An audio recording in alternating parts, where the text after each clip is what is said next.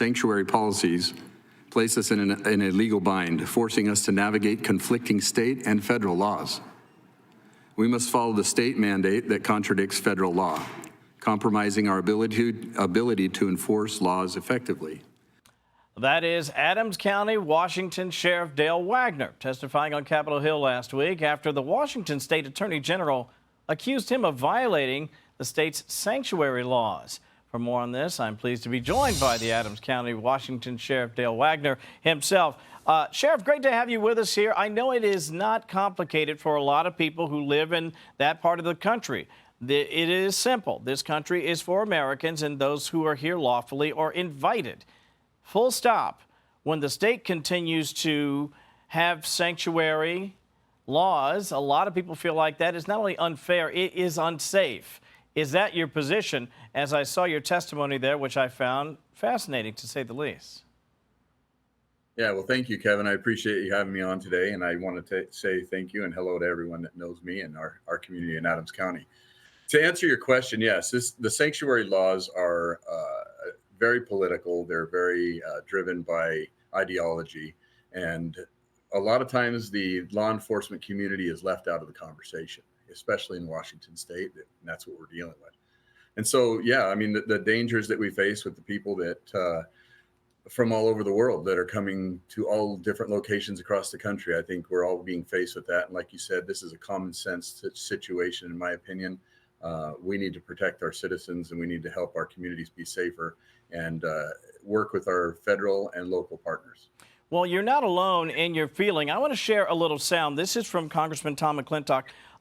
He's talking about it, I think, from his state's perspective as well, but I think what he has to say here may resonate. Listen here. They self-righteously call themselves sanctuary cities, but the sanctuary they offer is to violent criminals who prey upon not only our own citizens, but on immigrant communities themselves.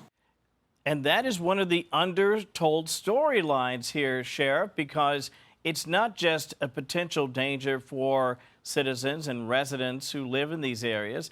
It's also a possible data point for exploitation, for people who are simply being brought here and forced into servitude, having to pay money, having to participate in trades that may be damaging to them and their children as well. Yeah, I mean, that's the reality. You have people preying on the weak and preying on the people that are here, whatever reason they're here, but they're afraid to stand up and take a stand because they fear something, whether it be being sent back to their home country or just having the situations that they face with these people that are taking advantage of them greatly. If you look at the whole situation crossing the border, you're using coyotes, people that are bringing them across the border that take advantage of them. And it starts kind of before there. I mean, it just continues on into our country and beyond. Well, as I mentioned earlier, we have the Congressman from California, Tom McClintock, weighing in on this.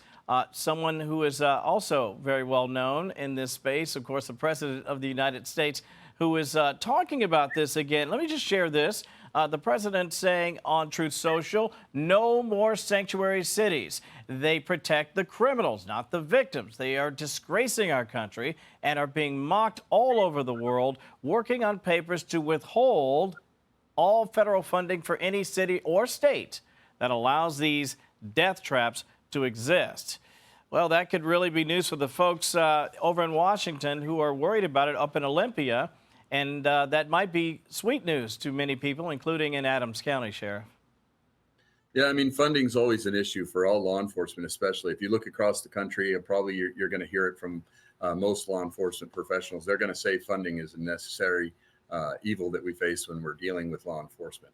And so when we see that and coming from the President of the United States that has me personally, I think, a forward-looking agenda to fix the immigration process and get us back in track as Americans, I can only stand behind that and hope that things get better.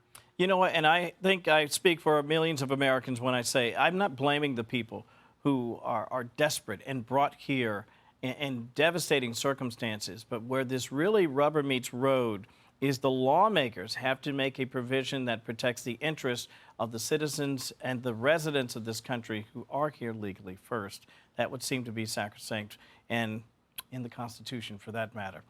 Great to have you, Sheriff Dale. Appreciate your time here today, and best of luck to you as you battle to protect and to serve the people of your community. Thank you.